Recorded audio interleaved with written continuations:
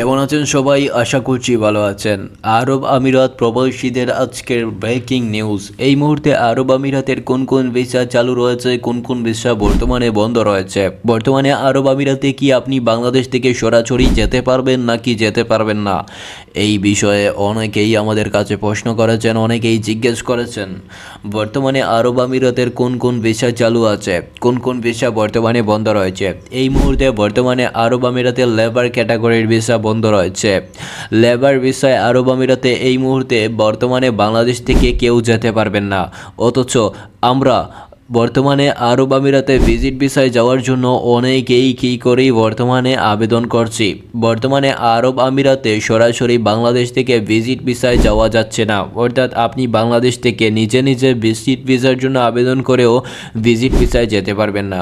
এমনকি বিভিন্ন এজেন্সির মাধ্যমেও যদি আপনি ভিজিট ভিসার জন্য আরব আমিরাতে আবেদন করেন তাহলেও কিন্তু আপনারা আরব আমিরাতে ভিজিট ভিসায় যেতে পারবেন না। এই মুহূর্তে আমাদের কাছে অনেকেই প্রশ্ন করেছেন, অনেকেই জিজ্ঞেস করেছেন, ভাই বর্তমানে আরব আমিরাত প্রবাসীদেরকে তো পুলিশ গ্রেফতার করেছে, অর্থাৎ এই মুহূর্তে আরব আমিরাতের পুলিশ কি করছে, বর্তমানে আরব আমিরাতে যেই সমস্ত প্রবাসীরা অবৈধভাবে অবস্থান করছেন তাদের কি করছে, গ্রেফতার করে দিয়েছে। আর যার কারণে বর্তমানে অনেক প্রবাসীদেরকে বাংলাদেশে পাঠিয়েও দেওয়া হচ্ছে। তবে কি আরব আমিরাতের ভিজিট ভিসা চালু হবে, লেবার ভিসা চালু হবে, ক্লিনার ভিসা চালু হবে, হাই প্রফেশনাল ভিসা চালু হবে নাকি হতে যাচ্ছে, এই বিষয়ে অনেকেই আমাদের কাছে প্রশ্ন করেছেন, অনেকেই জিজ্ঞেস করেছেন। দেখুন ভাই, এই মুহূর্তে আরব আমিরাত সরকার কোনো অফিসিয়ালি তারা নোটিশ আমাদেরকে জানায়নি, অর্থাৎ তারা কোনো অফিসিয়ালি নোটিশ প্রকাশ করেনি যে আরব আমিরাতের ভিজিট ভিসা অন্য কোনো ক্যাটাগরির ভিসা চালু হতে যাচ্ছে।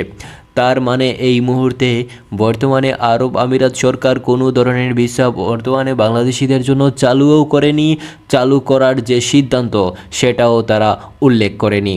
অর্থাৎ এই মুহূর্তে বাংলাদেশিদের জন্য খুবই খারাপ একটা সংবাদ। যারা যারা আরব আমিরাতে যেতে চাচ্ছেন তারা কিন্তু বর্তমানে আরব আমিরাতে যেতে পারছেন না। আর যারা যারা বর্তমানে আরব আমিরাতে অবস্থান করছেন অবৈধভাবে তারাও কিন্তু ঠিকমতো কাজ করতে পারছেন না, অর্থাৎ তারা বর্তমানে কাজ করলেই, কাজে গেলেই কিন্তু আরব আমিরাত পুলিশ তাদেরকে গ্রেফতার করে দেশে পাঠিয়ে দিচ্ছে।